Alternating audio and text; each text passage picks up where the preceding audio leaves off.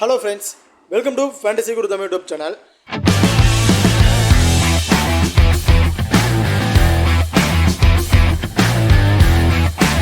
நீங்க இன்னும் நம்ம சேனலை சப்ஸ்கிரைப் பண்ணலையா மறக்காம சப்ஸ்கிரைப் பண்ணிக்கங்க. அப்படியே பக்கத்துல பெல் ஐகான் டச் பண்ணி ஆன்ல கொடுங்க. நாங்க போடக்கூடிய வீடியோக்கள் எல்லாமே உடனுக்குடன் பாருங்க. இன்னைக்கு நம்ம அந்த வீடியோல டாடா ஐபிஎல்ல நடக்கிற 55வது T20 மேட்ச். இந்த மேட்ச் யார் யாருக்கு இடையில நடக்குது அப்படின்னா டெல்லி vs சன்ரைசர்ஸ் ஹைதராபாத். இவங்க ரெண்டு பேருக்கும் இடையில தான் இந்த மேட்ச் வந்து நடக்கிறதுக்கு. இந்த பர்டிகுலர் மேட்சோட ஒரு சின்ன ப்ரிவியூ வீடியோ தான் பார்க்க போகிறோம். வீடியோவை கடைசியும் ஸ்கிப் பண்ணாமல் பாருங்கள். மேட்சை பொறுத்த வரைக்கும் 5ஆம் தேதி மே வந்து நடக்கிறதுக்கு. டைமிங் இரவு 7:30 மணிக்கு வந்து இந்த மேட்ச் வந்து நடக்கிறதுக்கு. வெனுவை பொறுத்த வரைக்கும் ராஜீவ் காந்தி இன்டர்நேஷ்னல் ஸ்டேடியம் ஹைதராபாத்தில் தாங்க இந்த மேட்ச் வந்து நடக்கிறதுக்கு. இப்போ நம்ம இந்த ஹைதராபாத்தோட பிச் ரிப்போர்ட் அப்படிங்கிறத பார்ப்போம். ஸோ இந்த ஹைதராபாத்தோட பிச் ரிப்போர்ட் இவங்க ஓவராலாக கொடுத்த ரிப்போர்ட் இல்லாமல் இந்த சீரீஸில் அவங்க ப்ளே பண்ண வயசில் பார்க்கும்போது so full and full chase பண்ணுற டீம் 100% வின்னிங் அப்படிங்கிறத நம்ம முடிவு பண்ணிக்கலாம். ஸோ சேஸ் பண்ணுற டீமுக்கு நல்லாவே வின்னிங் ரேஷியோ வந்து இருக்குது இந்த வெனுவில். இதில் வந்து பார்த்திங்கன்னா ஸ்டார்டிங் ஃபஸ்ட்டு பவுல் பண்ணுற டீம் அதுக்கு வந்து பார்த்திங்கன்னா ஃபாஸ்ட் பவுலர்ஸ் ரொம்பவே டாமினேட் பண்ணுறாங்க. போத் இன்னிங்ஸுமே ஃபாஸ்ட் பவுலர் டாமினேஷன் இருக்குது. பட் இருந்தாலும் ஃபஸ்ட்டு பவுல் பண்ணுற டீமுக்கு நல்லாவே விக்கெட்டிங் ஆப்ஷன் வந்து இருக்குது செகண்டாக பவுல் பண்ணுற டீமை கம்பேர் பண்ணும்போது. இந்த வெனுவில் ஓவராலாக ஸ்கோர்ஸ் வந்து பார்த்தீங்கன்னா கொஞ்சம் 200+ ரன் வரையும் அடிக்கிறதுக்கான வாய்ப்புகள் இருக்கும் அப்படிங்கிற மாதிரி எதிர்பார்க்குறாங்க. ஸோ மோஸ்ட் ப்ராபப்லி இந்த சீரீஸில் அவங்க ப்ளே பண்ண வயசில் பார்க்கும்போது டேஸை வின் பண்ண டீம் கண்டிப்பாக சேசிங் தான் வந்து சூஸ் பண்ணுவாங்க.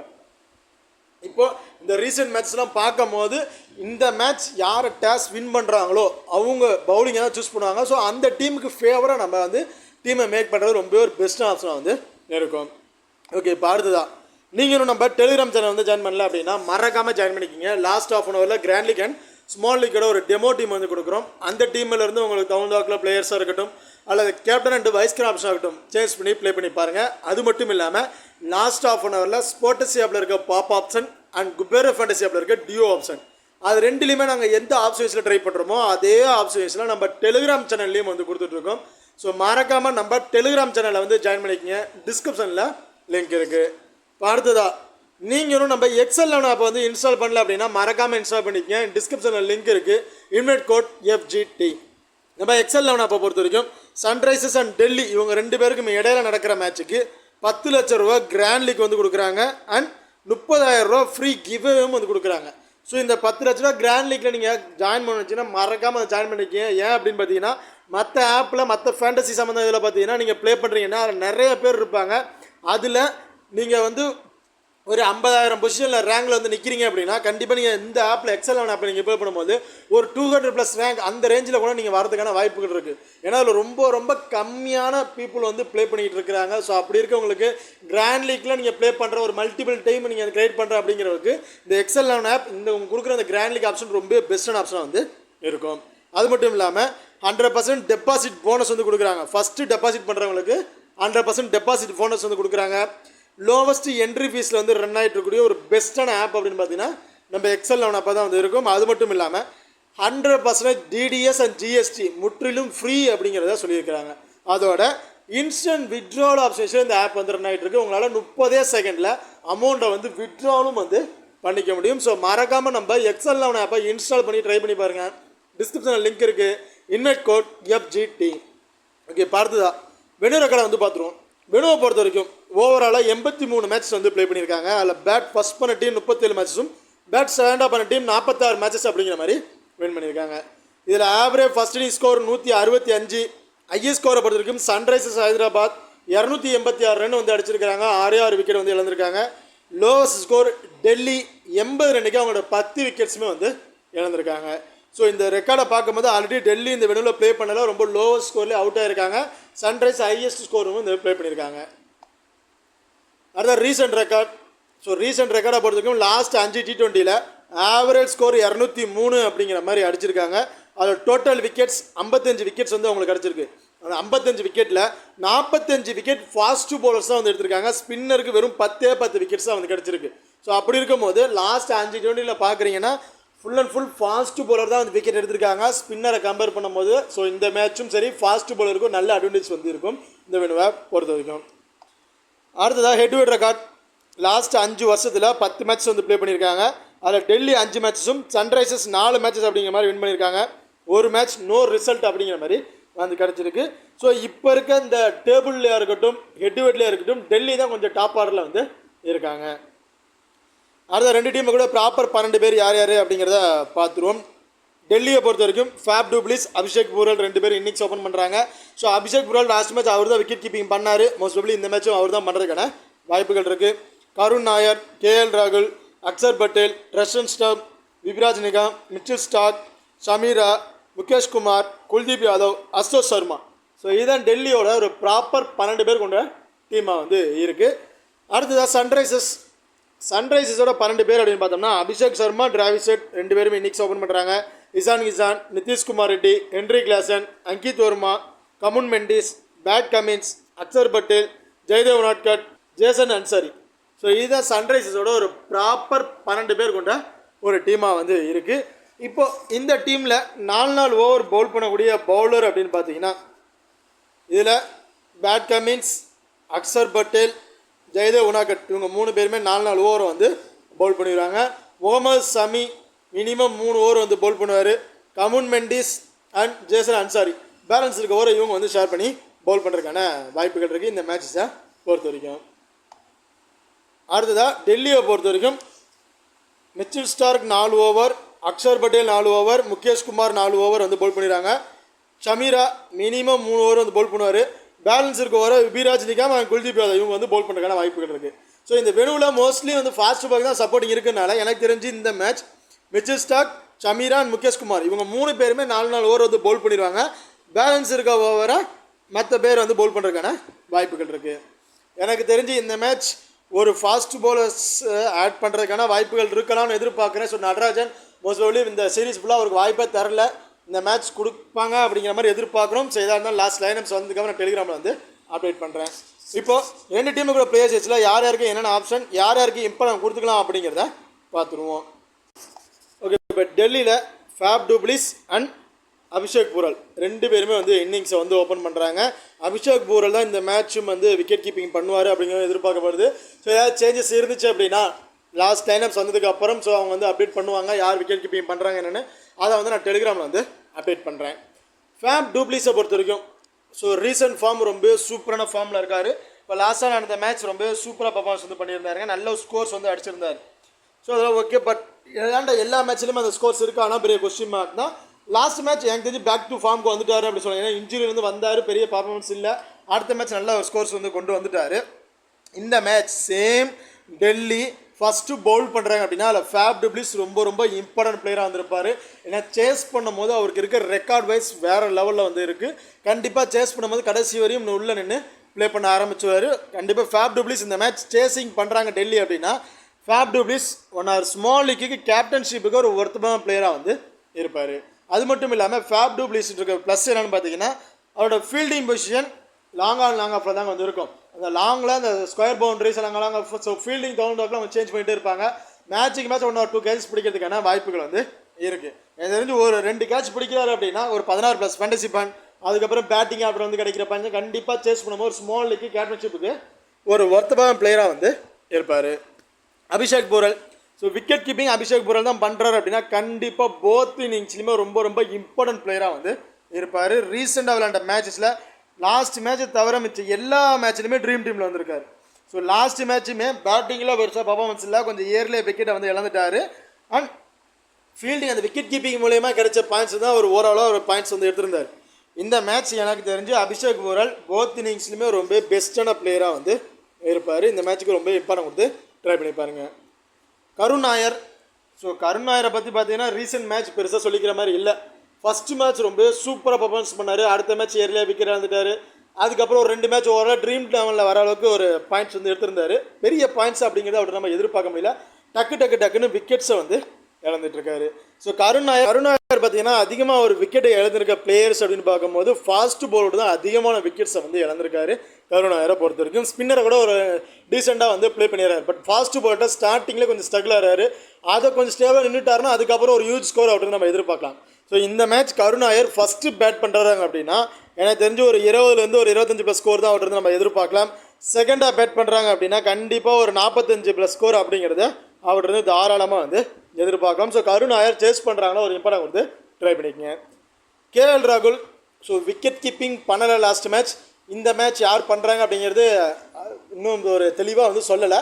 ஸோ நம்ம லைனப்ஸ் வந்ததுக்கப்புறம் நான் வந்து அப்டேட் பண்ணுறேன் யார் பண்ணுறாங்க அப்படின்னு. ஸோ கேஎல் ராகுல் டாப் ஆர்டரில் பேட்டிங்கில் ஒரு 2 விக்கெட் ஏர்லேயே விழுந்துருச்சு அப்படின்னா கேஎல் ராகுல் ரொம்ப ரொம்ப பெஸ்ட்டான பிளேயராக இருப்பார். கடைசி வரையும் நின்று ப்ளே பண்ணக்கூடிய ஒரு பிளேயர்.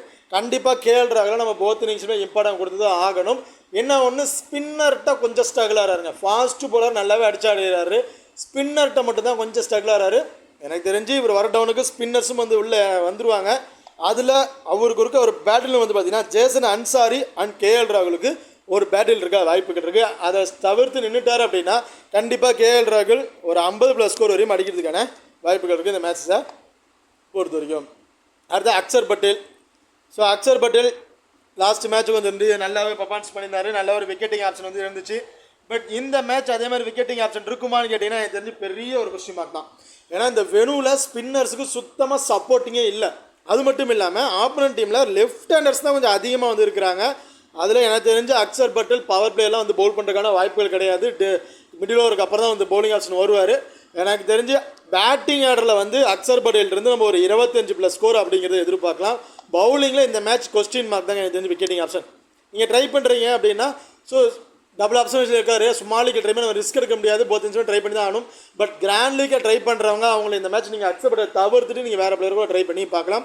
ஸ்மால் லீக்கில் நீங்கள் உங்கள் ஆப்ஷன் நீங்கள் போத் இன்ஸ்மெண்ட் ட்ரை பண்ணி தாராளமாக ட்ரை பண்ணி பார்த்துங்க. பட் அவருக்கு சிங்கிள் ஆப்ஷன் மட்டும் தான் இந்த மேட்ச் இருக்கும் அப்படிங்கிற மாதிரி நான் எதிர்பார்க்குறேன். பேட்டிங்கில் இருந்து மட்டும் அவருக்கு நம்ம பாயிண்ட்ஸ் வந்து எதிர்பார்க்க முடியும். ட்ரஸ்டன் ஸ்டப் ஒரு ஆஃப் பிரேக் பவுலர். ஸ்பின்னருக்கு பெரிய சப்போர்ட்டிங் இல்லை தான், இருந்தாலும் ஆப்போனன்ட் டீமில் இருக்கக்கூடிய லெஃப்ட் ஹேண்டர்ஸை கன்சல்ட் பண்ணி மோஸ்ட் ப்ராபப்லி ட்ரஸ்டன் ஸ்டெப்புக்கு ஒரு 1 or 2 ஓவர் கூட கொடுத்து ட்ரை பண்ணி பார்க்கலாம். அப்படி கொடுத்தாங்க அப்படின்னா ட்ரஸ்டன் ஸ்டெப் இருந்து ஒரு விக்கெட் அப்படிங்கிறத எதிர்பார்க்கலாங்க.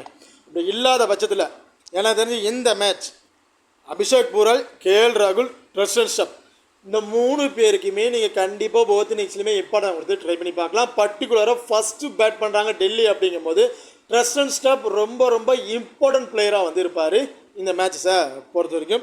ஏன்னா இந்த வெனுவில் ஃபஸ்ட்டு பேட் பண்ணுற டீமுக்கு பெருசாக வந்து டாப் ஆர்டரில் யாருமே நிற்கிறது இல்லை. டக்கு டக்குன்னு விக்கெட்டை இழந்துடுறாங்க. மிடில் ஆர்டரில் வரவங்க தான் கொஞ்சம் ஸ்டேபிள் நின்று ப்ளே பண்ணுறாங்க. ஸோ அப்படி இருக்கும்போது ட்ரஸ்டன் ஸ்டெப் கண்டிப்பாக ஃபஸ்ட்டு பேட் பண்ணுறாங்க, பேட்டிங் ஆர்டர் வந்துடுவார். கண்டிப்பாக அவருக்கு நீங்கள் ஒரு இம்பார்ட்டன்ட் கொடுத்து ட்ரை பண்ணி பார்க்கலாம். நான் ஒரு 40+ ஸ்கோர் வரையும் அடிப்பார் அப்படிங்கிற மாதிரி எதிர்பார்க்குறேன். அதே செகண்ட் பேட் பண்ணுறாங்கன்னா நீங்கள் அவரை தவிர்த்து கூட நீங்கள் வேறு பிளேயரை ட்ரை பண்ணி பார்க்கலாம். இல்லை 50 ஆப்ஷன் அவரை ட்ரை பண்ணி பார்க்கலாம்.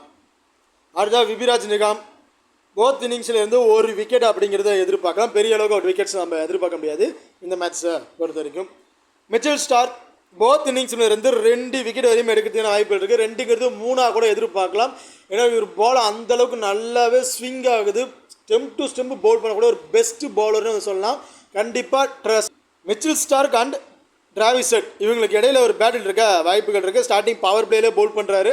கண்டிப்பாக மிச்சல் ஸ்டார்க் 2ங்கிறது 3 விக்கெட்டை கூட எதிர்பார்க்கலாம். ஒன்றால் கிராண்ட் லீக்குக்கு கேப்டன்ஷிப்புக்கு ஒரு ஒருத்தமான பிளேயராக வந்து இருப்பார். சமீரா பொறுத்தவரைக்கும் ரொம்பவே சூப்பராக பவுல் பண்ணுறாருங்க. லாஸ்ட் மேட்ச் நல்லாவே பவுல் பண்ணியிருந்தார். விக்கெட்டிங் ஆப்ஷன் இருந்துச்சு, பட் பெரிய அளவுக்கு விக்கெட் இல்லை.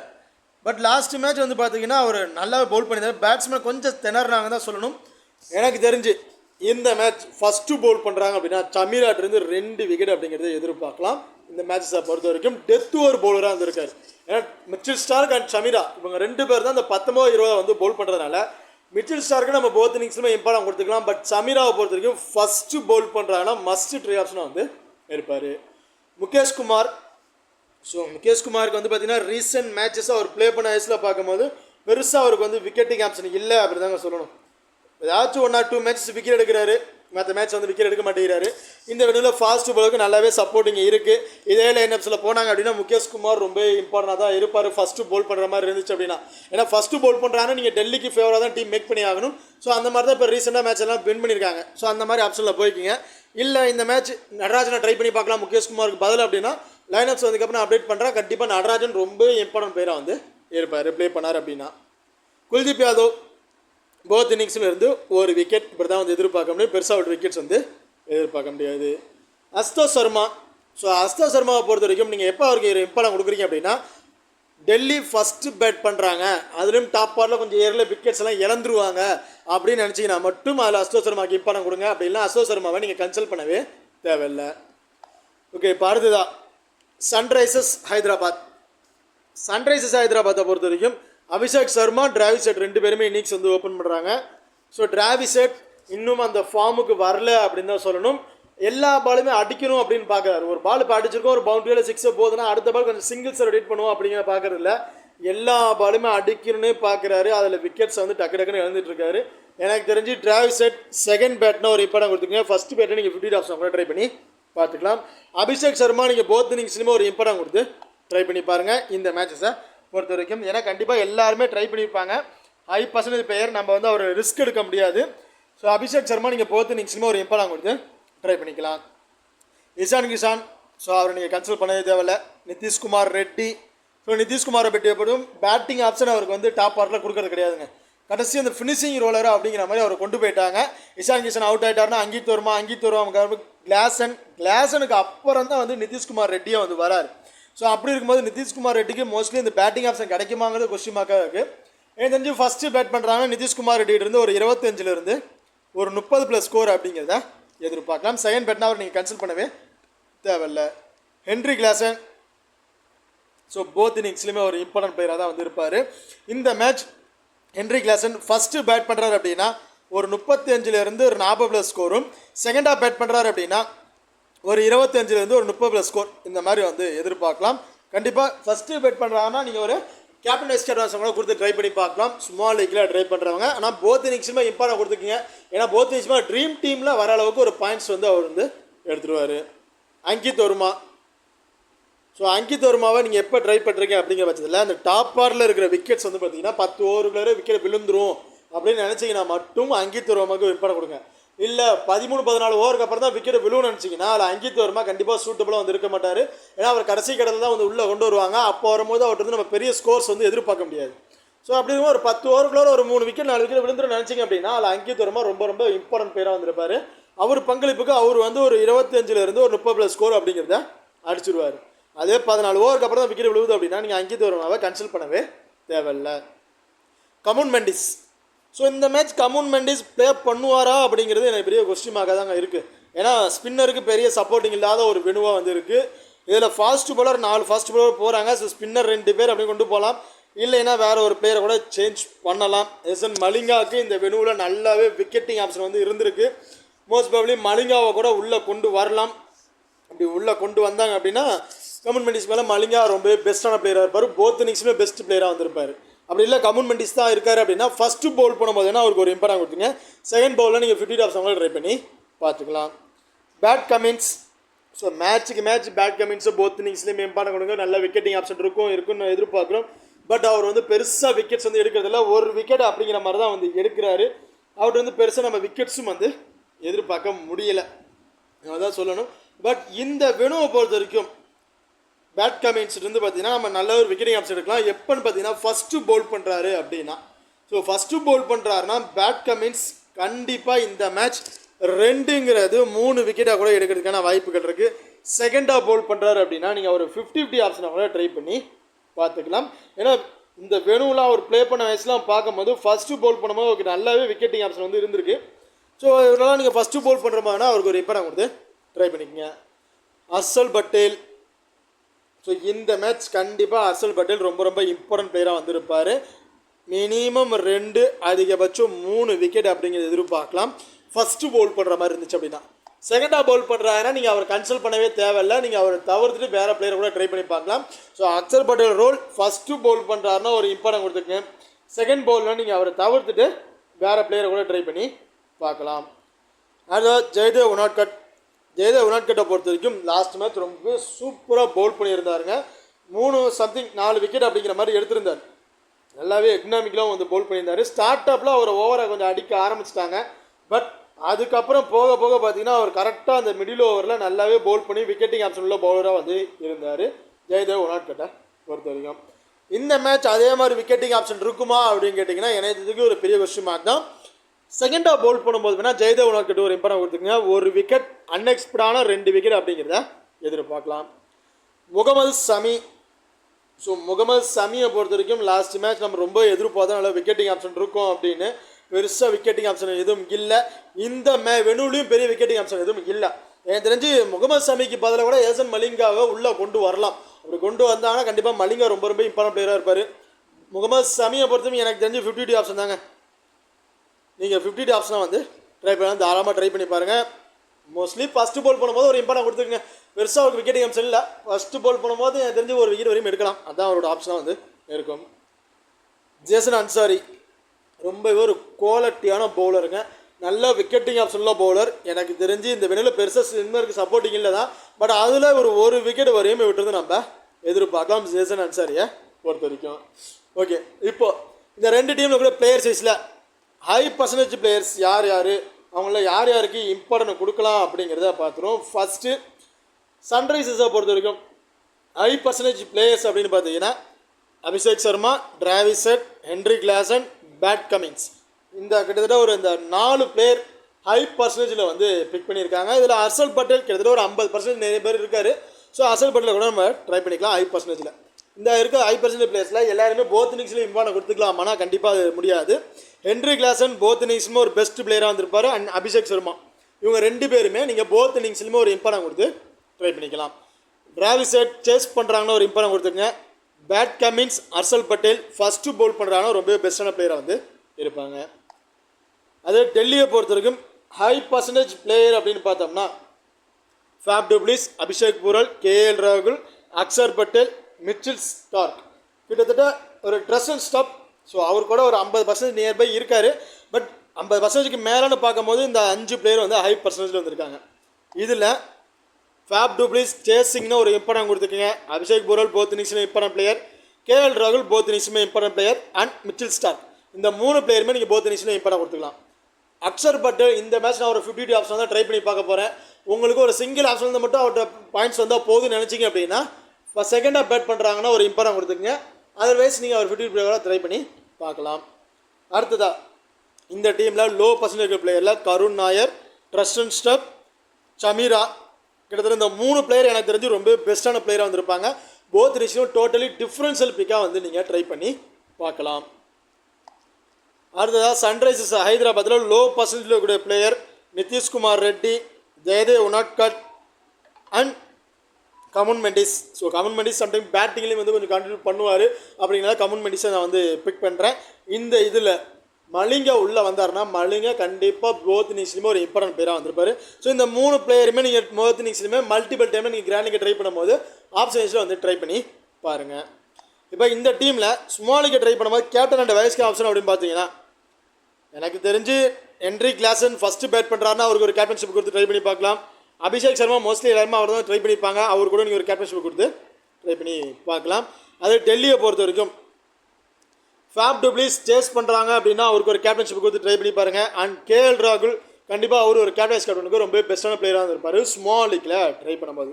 கிராண்ட் லீக்கை ட்ரை பண்ணுறீங்கன்னா ஃபஸ்ட்டு பேட் பண்ணுறாங்கன்னா Tristan Stubbs, Mitchell Starc, Abhishek Porel, இந்த 3 பிளேயருமே கிராண்ட் லீக்கை ட்ரை பண்ணும்போது கேப்டன் வைஸ் கேப்டனுக்கு ரொம்ப பெஸ்ட்டான பிளேயராக இருந்திருப்பாங்க. லோ பர்சன்டேஜில் ஒரு டிஃப்ரென்ஸுக்காக ஒரு பிளேயருக்கு நீங்கள் கேப்டன்ஷிப் கொடுக்கணும்னு நினச்சிங்கன்னா அது ஷமீரா. அவர் ரொம்ப பெஸ்ட்டான பிளேயராக வந்து இருப்பார் இந்த மேட்சஸை பொறுத்த வரைக்கும். அதே சன்ரைசர்ஸை பொறுத்த வரைக்கும் கிராண்ட் லீக்கில் ஒரு பிளேயருக்கு நீங்கள் ட்ரை பண்ண வச்சிங்கன்னா ஃபஸ்ட்டு பால் பண்ணுறாங்கன்னா ஹர்ஷல் பட்டேல், பேட் கமின்ஸ், இவங்க 2 பேர்லேருந்து எனி ஒன் பிளேயருக்கு நீங்கள் கேப்டன்ஷிப் கொடுத்து ட்ரை பண்ணி பார்க்கலாம். டிராவிஸ் ஹெட் செகண்டாக பேட் பண்ணும்போது அவருக்கு ஒரு கேப்டன்ஷிப் கொடுத்து ட்ரை பண்ணி பாருங்கள். ஓகே, இப்போது இந்த வீடியோ வந்து உங்களுக்கு பிடிச்சிருக்குன்னு நம்புகிறேன். ஸோ இந்த வீடியோ பிடிச்சிருந்துச்சு அப்படின்னா மறக்காமல் லைக் பண்ணுங்கள் அண்ட் ஷேர் பண்ணுங்கள், சப்ஸ்கிரைப் பண்ணுங்கள். இந்த வீடியோவில் பற்றி கருத்துக்கள் இருந்துச்சு அப்படின்னா மறக்காமல் கமெண்ட் பண்ணுங்கள். தேங்க்யூ.